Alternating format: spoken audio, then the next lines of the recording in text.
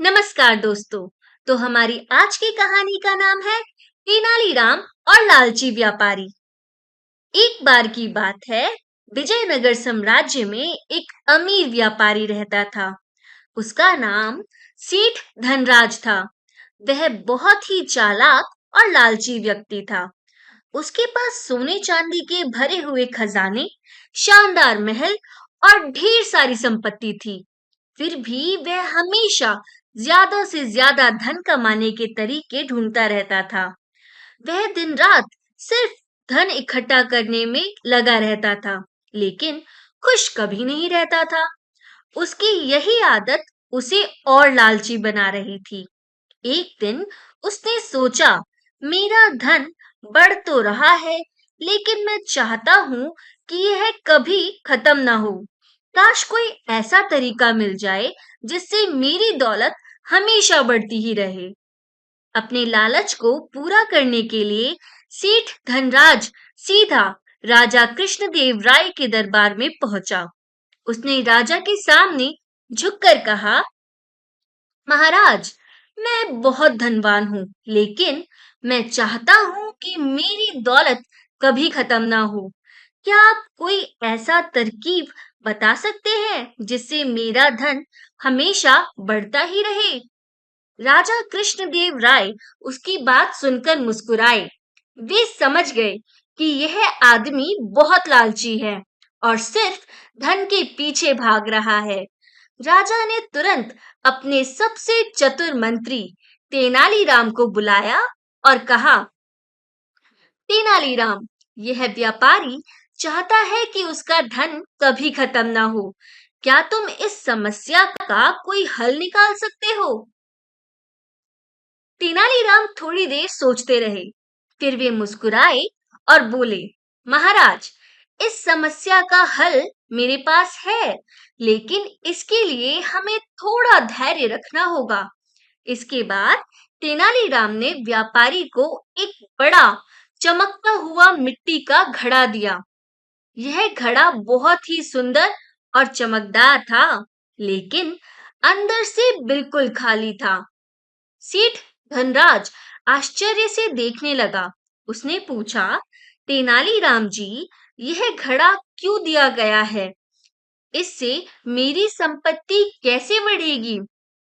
तेनालीराम ने मुस्कुराते हुए उत्तर दिया, यह कोई साधारण घड़ा नहीं है, बल्कि एक जादुई घड़ा है।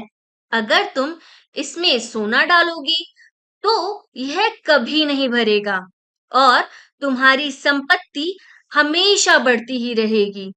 लेकिन एक शर्त है, तुम इसमें सिर्फ वही धन डाल सकते हो जो ईमानदारी से कमाया हो। सेठ धनराज की आंखों में चमक आ गई। उसे विश्वास हो गया कि अब वह अनंत धन का मालिक बन जाएगा। वह बहुत उत्साहित होकर घड़ा लेकर अपने महल लौट आया। उसने अपने खजाने से सोने के सिक्के निकाले और घड़े में डालने लगा। लेकिन जैसे ही उसने सिक्के डाले, वे घड़े के अंदर गायब हो गए। घड़ा खाली का खाली ही रहा। उसने और सिक्के डाले, फिर भी घड़ा भरा नहीं। उसने सोने की ईंटें, चांदी के सिक्के, कीमती गहने, हीरे जवाहरात तक डाल दिए, लेकिन घड़ा तो खाली ही रहा। उस सेठ धनराज को घबराहट होने लगी। उसे लगा कि कुछ गड़बड़ है। वह परेशान होकर सोचने लगा, क्या यह सचमुच जादुई घड़ा है या फिर तेनालीराम ने मेरे साथ कोई चालाकी की है? फिर उसने गहराई से सोचा और खुद से सवाल किया, कहीं यह इसलिए तो नहीं कि मेरा धन बेईमानी से कमाया गया था? वह अपने पिछले कामों को याद करने लगा। उसने देखा कि उसने अपना अधिकतर धन गरीबों का शोषण करके, बेईमानी से व्यापार करके और झूठ बोलकर कमाया था। अब उसे सच्चाई समझ आ गई।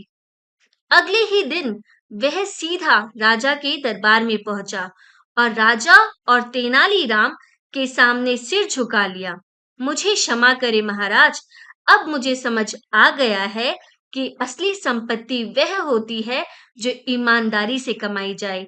बेईमानी से कमाया गया धन कभी सुख नहीं देता। राजा और दरबार के सभी लोग तेनालीराम की बुद्धिमानी पर हंस पड़े। तो इस कहानी से हमें 4 सीख मिलती है। पहली, ईमानदारी से कमाया गया धन ही असली सुख देता है। दूसरा, लालच का कोई अंत नहीं होता, बल्कि यह हमेशा परेशानी लाता है। और तीसरी सीख ये मिलती है कि बुद्धिमानी और चतुराई से हर समस्या का हल निकाला जा सकता है। और चौथी सीख हमें ये मिलती है कि सच्चा सुख केवल धन में ही नहीं, बल्कि संतोष में होता है। अगर आपको यह कहानी पसंद आई तो लाइक करें, शेयर करें और कमेंट में बताएं क्या आप और ऐसी मजेदार कहानियां देखना या सुनना चाहेंगे। ऐसी और दिलचस्प कहानियों के लिए हमारे चैनल को सब्सक्राइब करना ना भूलें। धन्यवाद दोस्तों।